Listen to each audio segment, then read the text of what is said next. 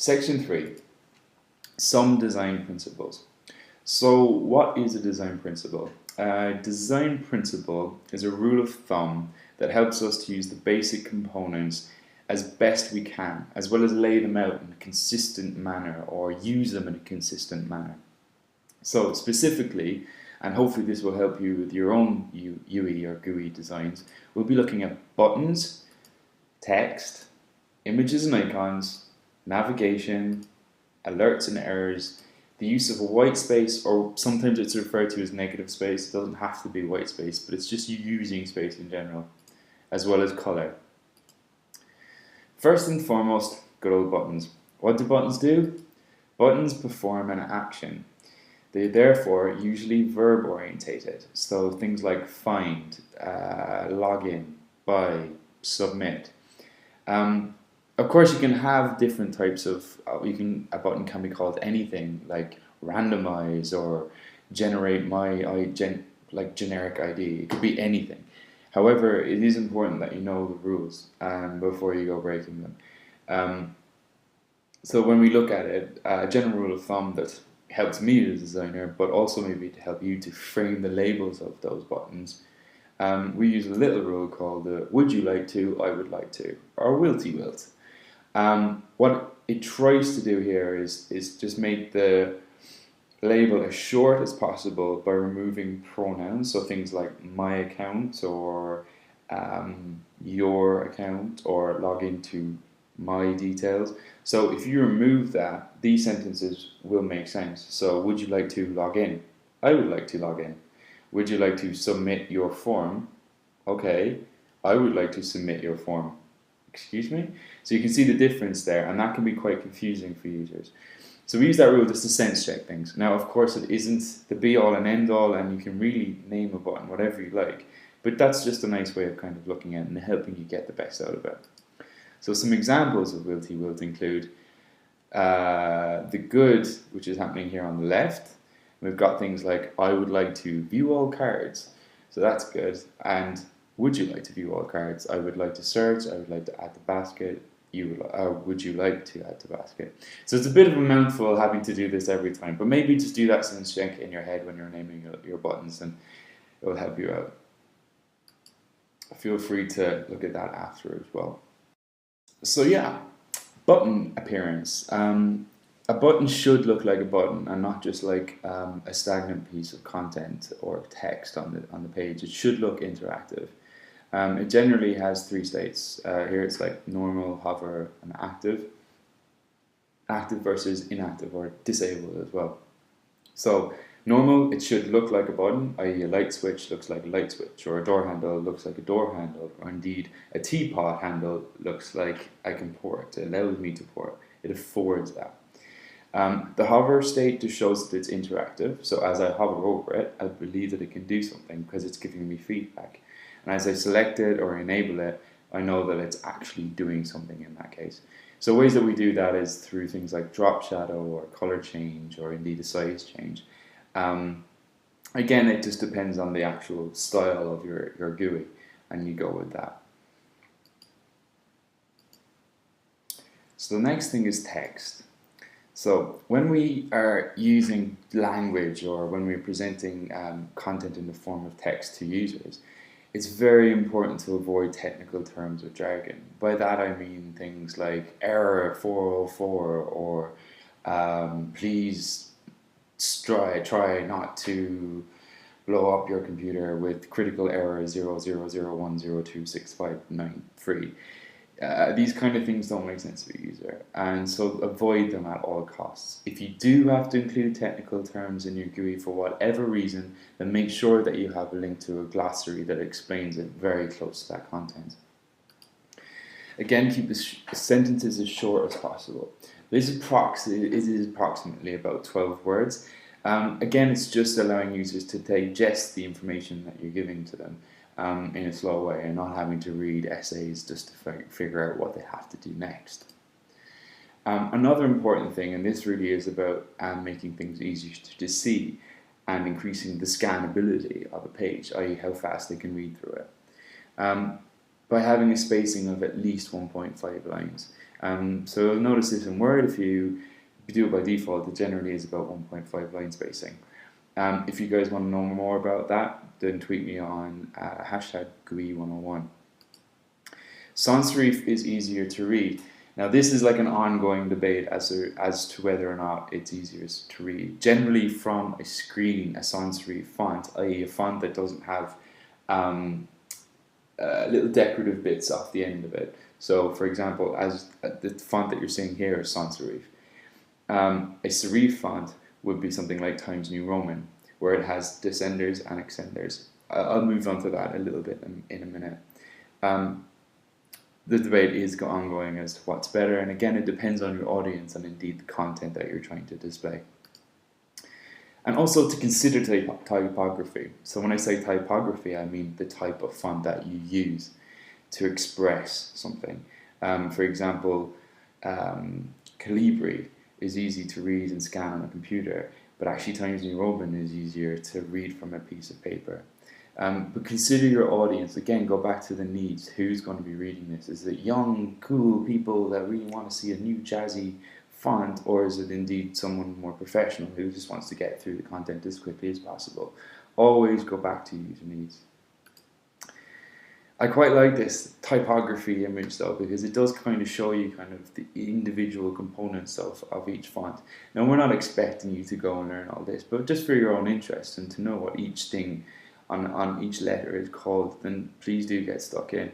One of the greatest things about typography and kind of using different fonts here and there is that it does help to create an emphasis of certain content and indeed give the GUI a bit of a personality. So even though we all hate Comic Sans as a rule, it does have a quirky personality to it when you compare it to something like Times New Roman. It puts emphasis on something even if it annoys the crap out of everybody who has to read that notice. Apologies for my language.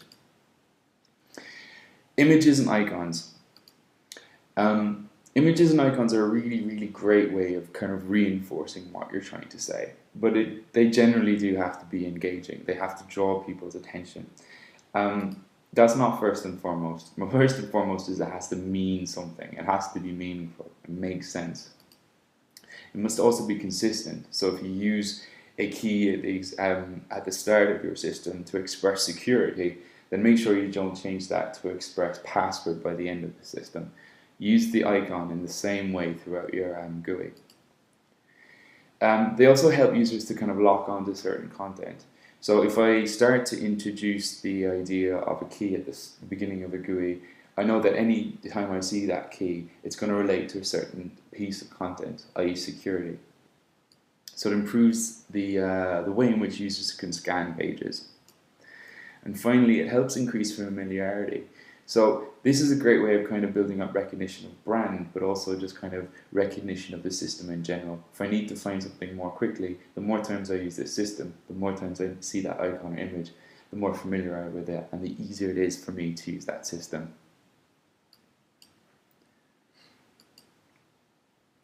Reinforced meaning is the crucial part about images and icons. They really do help to do that. And as you can see on MailChimp, what they've managed to do is create a 3-step process, and they've reinforced each with some meaningful images.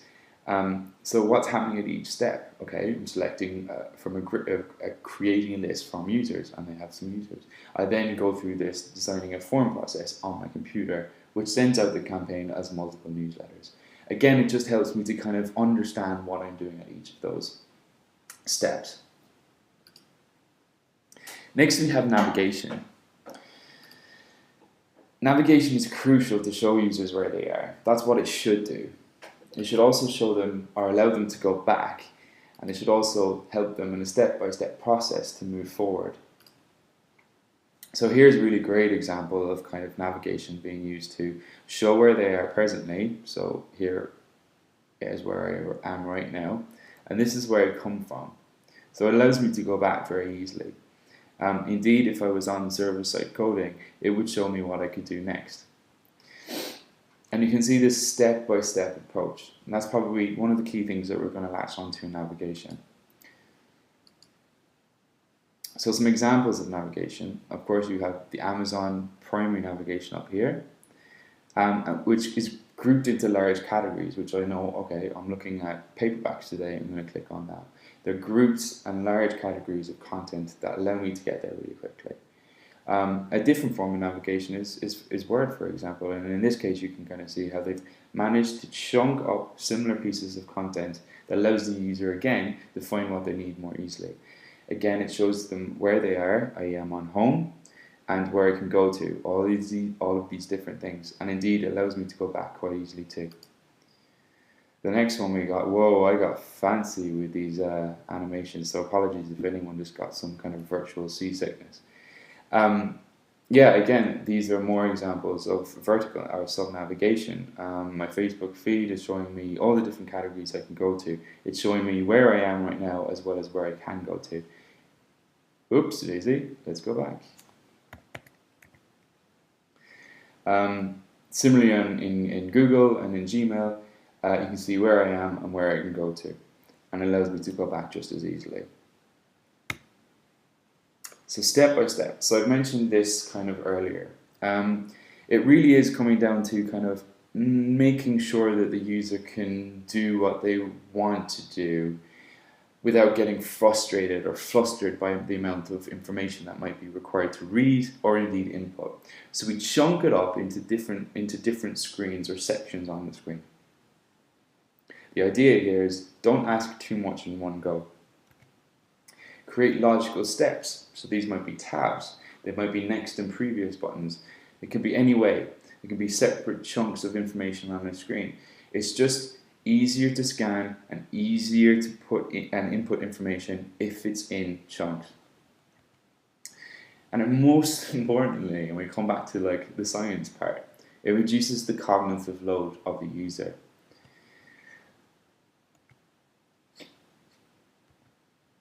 The cognitive what? I mean, I know the first time I heard this, I was kind of like, what does that mean? The cognitive load refers to the approximate amount of information a person can store and process in working memory. So for example, there could be 15 form fields to fill out on a payment form for me ordering a fish tank. That's quite a lot of information. So we tend to chunk it up into different pieces. And you'll see this particularly on purchasing screens for websites. They'll kind of ask you for your name, your details, your address, and then they'll ask you for your MasterCard or your PayPal account details. So they chunked it up into, instead of being 15 fields in one go, they know that the user cannot deal with that much information that easily, so they chunk up into 3 individual pieces to reduce the load. I only have to deal with 5 things, and then 5 things, and then another 5 things. And it makes it much easier. So it's splitting it out the task for a user and allowing them to deal with it more and manage it more efficiently. Generally, we go with the magical number of 7 plus or minus 2, which kind of states that most people can take 7 pieces of information in their mind at one time and deal with it. Geniuses being able to take 9 and above, and kind of less so maybe 5. So just kind of keep that in the back of your mind, like how much information am I putting, how much am I on my screen, how much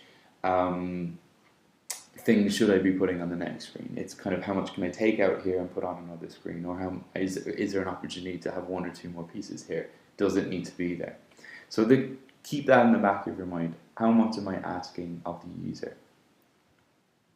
Whoa, even more examples of the step-by-step process, and again it kind of reinforces what I'm trying to say. And this is used by large organizations in so many different processes, like purchasing of certain things, signing up for certain things. I've seen it being used in complaint forms, which is brilliant. Uploading an image also, because there can be certain steps like cropping, uploading. You might want to apply color in such as Facebook. They've done it like that right now. What I really liked about Look Fantastic as well is they managed to reinforce those steps with icons. Next up, we've got alerts and errors. So every time a user does something, we kind of want to provide feedback. We want to make sure that they're informed that what they're doing is correct. So more, I suppose, specifically, we look at kind of errors. So when a user makes a mistake, we want to help them to get back on track. So in each of these examples, you can see that Red is being used to highlight areas where something has gone wrong. It's important to explain what's gone wrong in a really, really clear manner. And just most importantly, don't make people feel stupid. Yeah, an error has occurred, but you don't want people to feel that way. You want people to get back on track and continue with your system. We can do that in a few different ways. Generally, I like to use be human. Be human in the way that you present errors. By this I mean explaining things in layman's terms. If they forgot an email address, then just tell them that they forgot the email address and how to input it correctly by giving an example, for example. Use simple language, again, kind of breaking it down, try and avoid what we talked about earlier, that technical speak, and avoid that jargon. And again, try to create personality. So like, oops, we all make mistakes here and again. I'm making many of them now, so oops. But my idea here is to kind of really make the users feel like they haven't made a mistake and that it's easy to get back on track. Very similar to that is be helpful. So, praise a user when they get it right, for example, as you can see here on Twitter, and give them really useful information on how to fix their problem when they've made so. So help users understand what's wrong and provide instructions to help them fix it. White space. So when I say white space, I literally don't mean it has to be white. It's most important to understand that space can be used to create emphasis. It reduces the clutter on a page. So if I am serving up 15 pieces of content on a page because I have to, for whatever reason it is, then use space to separate that. Make sure that it's able to breathe on the page. Don't cluster everything up into one section of your interface or screen. It does make it easier to read and scan, and I'll show you some examples of that in a minute. White space is your friend, okay? Again, it doesn't necessarily have to be white, it can be black, but the idea of negative space. Just space being used to help your page to breathe. So for example, we have something that's quite difficult to read here. The line spacing definitely is in 1.5 like we talked about earlier. And even though there is space, it's not being used effectively. So something like this is a lot easier to read because we've increased the line spacing. Probably has the same amount of content, but because of that I can see there's distinct chunks and it's easier for me to scan. Finally, color. So color is really important to reinforce meaning, similar to images and icons earlier. It allows you to put emphasis on certain content. For example, green might draw the attention, blue might make things a bit softer on the back, kind of to look at or to take information from, things like that. We do have to be wary of accessibility. Of course, some people have serious visual impairments, and indeed some people are colorblind. So make sure that you understand the user needs. Are we wanting to express or create a service for young yuppie users who would really appreciate color and decorative images versus maybe an older adult audience who are beginning to kind of go, ooh, where did I put my glasses? Things like that are important. So do try and keep that in mind. We have something called a contrast ratio. Without getting too specific or technical, it's how easy it is to read text on a certain background color. So again, you can measure these things. There's tools on the internet to measure that. Again, if you want to know what they are, please feel free to tweet me. Yeah, again, just referring to this color blindness and visual impairments. Do take that into account if you're going to be using color. It's a great tool to use, it's a great principle, or it's a great design asset, but just take into consideration who are you putting this in front of. Okay, let's see if you're still awake, because that was quite a lot of information, and I totally would be asleep if I was in uni right now. So very quickly, I'm going to bring you through a couple of, shall we say, bad examples to see if you can spot what we're trying to improve upon here. So quickly, this is a snapshot taken from Windows 95, and you can see there's quite a lot going on. Now, in fairness, they have tried to separate these things out into chunks or step by steps that we talked about. However, there's still quite a lot of information to go through here. They've done their best. They've got labels to show distinct areas. But what would have been brilliant here, guys? Negative space. It would have really helped to see, whoa, actually, they're separate chunks of information. Windows options is right down there at the end. Perhaps color could have been used. Again, was this available in Windows 95? Who knows? Too many options in one go. Again, try to keep it down, guys. Less is more. Mac OS, apologies. Again, it's a simple message. They're giving feedback. I'm understanding that something has gone wrong. But hey, if you take a closer look, yeah, we can kind of see it's quite long and it's full of jargon. I mean, what's this? Jungle Disk Monitor app has been updated. Do not allow new version of Access Key. I mean, that doesn't make sense to the majority of users. So don't make them figure it out. Tell them there's an issue here and this is how to resolve it. And this hotel form isn't bad. We can just see some minor design tweaks. For example, this drop-down value makes no sense. Make sure that that will never happen, because a user is meant to find out what sold out 7371 minus divided by 11. I mean, none of this makes sense out of context. And again, it's associated with betting. There's a disconnect there. You shouldn't make a user have to figure that out. And again, talking about keeping things short and simple, look at that label. Full names of all persons sharing rooms. Why can't it just be full names of people? Or people staying, number of people staying. It's too long, and again, it makes it harder to scan the page. When did this time form? I mean, no comment. Come on. There's just so much going on here. It would have been an earlier GUI, to be fair, like of days gone by. But whatever you do moving forward, please just make sure that this stuff will never see the light of day again. So to recap really quickly, we looked at buttons. Okay, so buttons must look like a button, they must perform an action, and the label should describe what it does clearly. Okay, submit, calculate, request contact details. It must clearly articulate what it's going to do, so there's no surprise for the users when they click on it. Text, we looked at line spacing, avoiding jargon, so avoiding technical speak, and also to consider typography to either place emphasis or indeed create personality. Imagery was primarily for reinforcing meaning and building familiarity with your GUI.